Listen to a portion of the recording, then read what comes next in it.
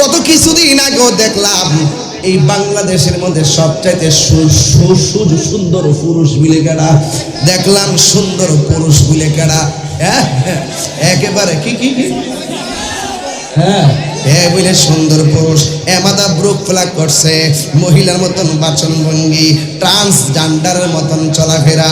আরে বাবা, তুমি পুরুষ হইলে পুরুষের মতো থাকো, যে এই পুরুষটা নারীর সাজে সাজে তাদের উপরে আসমানি গজব, আল্লাহর লানত। যে এই নারীটা পুরুষের সাজে সাজে তার উপরে আল্লাহর লানত।